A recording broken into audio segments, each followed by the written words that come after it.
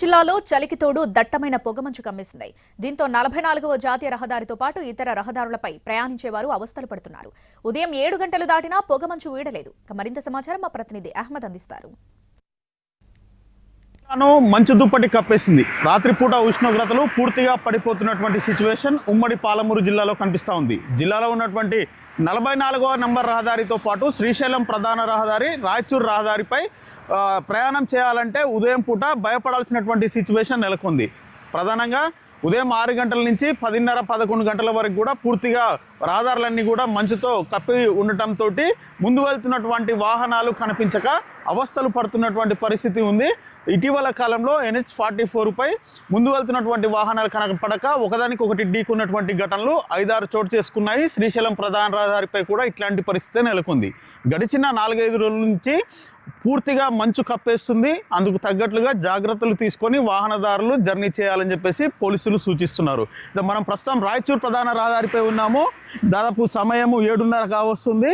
అయినప్పటికీ కూడా మంచు కారణంగా కంప్లీట్గా లైట్లు వేసుకునే వాహనాలు నడుపుతున్నటువంటి సిచ్యువేషన్ని మనం గమనించవచ్చు. బస్సులు కానివ్వండి, ఇతర చిన్న చితక వాహనాలు అన్ని ప్రతిదీ కూడా ఇండికేటర్లు వేసుకోవడంతో పాటు స్పీడ్ లిమిట్ తగ్గించుకొని జర్నీ చేయాలని చెప్పేసి పోలీసులు సూచిస్తున్నారు.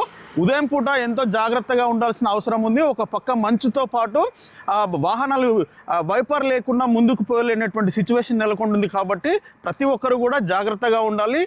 వాహనదారులతో పాటు రోడ్లపై పక్కన నడిచే వాళ్ళు కూడా జాగ్రత్తలు తీసుకొని వెనక ముందు చూసుకుంటూ ముందుకు వెళ్ళాలని చెప్పేసి పోలీసులు సూచిస్తున్నారు. కంప్లీట్గా ఉష్ణోగ్రతలు తగ్గుతున్నాయి. ఆరోగ్యపరంగా కూడా పలు జాగ్రత్తలు తీసుకోవాల్సిన అవసరం ఉందని చెప్పేసి వైద్యులు హెచ్చరిస్తున్నారు.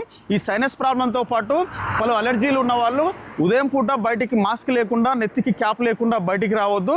ఎట్టి పరిస్థితుల్లో జాగ్రత్తలు తీసుకుంటూనే ఆరోగ్యానికి మంచిదని చెప్పేసి కూడా వైద్యులు సూచిస్తున్నారు. మరోపక్క రహదారులపై పలు జాగ్రత్తలు, ఇటు ఇండికేటర్లు, వైపర్స్తో పాటు స్పీడ్ లిమిట్ తగ్గించుకొని జర్నీ చేయాలని చెప్పేసి పోలీసులు సూచిస్తున్నారు.